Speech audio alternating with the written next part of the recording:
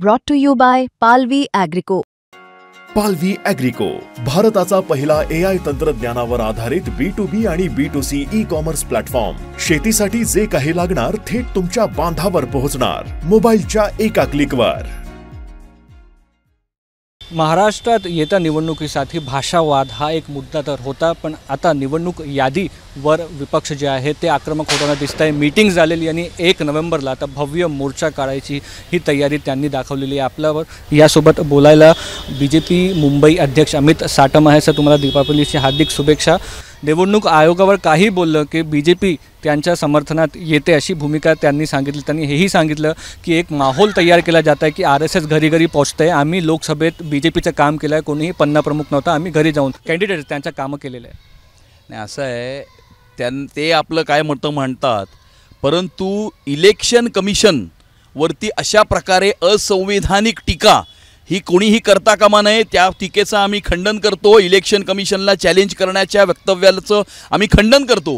आणि मला असं वाटतं की येणाऱ्या निवडणुकांमध्ये आपला पराभव जो आहे तो पराभव आपल्याला समोर दिसत असताना त्या पराभवाच्या नंतर देण्याचं स्पष्टीकरण जे आहे त्याचे ग्राउंड्स कुठेतरी ते तयार करण्याचा प्रयत्न करत आहेत की आम्ही हरलो तर कशामुळे हरलो, तर हा रडीचा ढाव आहे असं आमचं म्हणणं आहे. प्रांतवादचा मुद्दा त्यांनी उपस्थित केला. मुंबईचा रस्ता ठाणेहून होऊन जातो, बुलेट ट्रेनचा रस्ता तुम्ही बघा, वाढवण बंदर होताना दिसत आहेत. हे सगळी त्यांनी सांगण्याची प्रयत्न असे केली की मुंबईला परत महाराष्ट्रावरनं बाहेर काढण्याचा किंवा गुजरातसोबत घेण्याचा किंवा अंबानीच्या घशात घालण्याचा प्रयत्न केला जातो. बघा, हे त्यांचे डायलॉग काही नवीन नाहीत. गेल्या 25 वर्षामध्ये दर महानगरपालिकेच्या निवडणुकीच्या 6 महिने आधी अशा प्रकारचे डायलॉग ते देत असतात. आणि मराठी माणसाला गेल्या 25 वर्षामध्ये उल्लू बनवण्याचं काम ह्या लोकांनी केलेलं आहे. ज्या उद्योगपतींची नावं हे घेत आहेत त्याच उद्योगपतींना आपल्या घरामध्ये बोलवून ते होस्ट करत आहेत. त्या उद्योगपतींच्या घरामध्ये जाऊन हे सुद्धा त्यांच्या सगळ्या समारंभांना उपस्थिती देत आहेत. यांची पोरं त्या उद्योगपतींच्या लग्नांमध्ये नाचत आहेत. गणेश विसर्जनामध्ये नाचत नाहीत, परंतु या उद्योगपतींच्या लग्नामध्ये यांची पोरं नाचतात. ही ढोंगीपणाची आणि दुटप्पीपणाची भूमिका आहे. आणि ज्या उद्योगपतींची आलोचना ते करतात त्या उद्योगपतींच्या घरी हे का गेले, त्यांच्या गळ्याभेटी यांनी का घेतल्या, किंवा त्यांना आपल्या घरी का बोलवलं, किंवा यांची पोरं त्यांच्या लग्नामध्ये का नाचली, याच्यावरती त्यांनी स्पष्टीकरण द्यावं.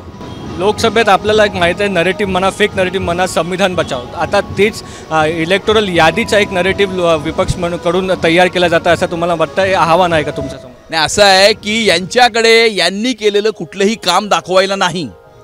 गेली अनेक वर्ष काँग्रेसचं सरकार हे देशामध्ये होतं.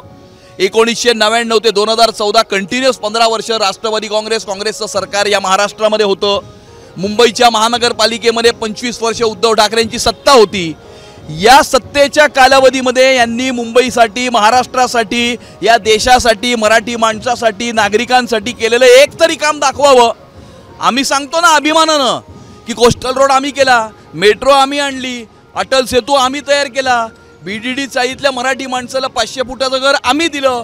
आम्ही केलेली 10 कामं सांगतो. यांनी केलेलं एक तरी काम यांनी सांगावं. यांच्याकडे काम केलेलं कुठलंही सांगायला नाही.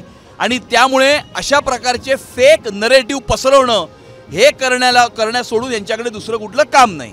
अजून युती त्यांची अनाऊन्स नाही झाली आहे, पण भव्य मोर्चा विपक्ष मिळून 1 नोव्हेंबरला काढतात, कसं बघतात?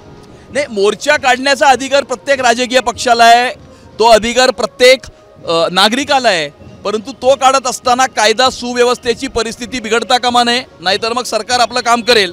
आणि इलेक्शन कमिशनला असंवैधानिकरित्या अशा प्रकारची आलोचना होता कामा नये. अशा प्रकारच्या वक्तव्यांचं आम्ही खंडन करतो. अमित साटम, अध्यक्ष भाजप मुंबई, यांचं म्हणणं आहे की जे काही मोर्चा निघतात ते निघू दे, पण इलेक्शन कमिशनचं जे काही आज संविधानिक भाष्य केलं गेलं तर त्याचं खंडन केलं जाईल. कॅमेरा पर्सन साई प्रसाद पाटील सोबत मुस्तफा शेख, मुंबई तक.